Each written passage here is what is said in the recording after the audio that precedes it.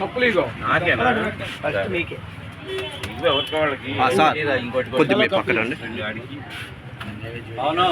ఎవరు రండి. వాసవి గారు కొద్ది చెప్పండి, మనం చెప్పేది చెప్పండి. పౌర్ణమిగా పౌర్ణమి కొద్ది పక్కన రండి.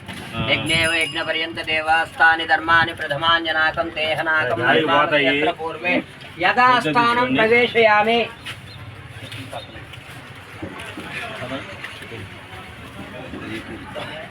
తీసుకురావరా?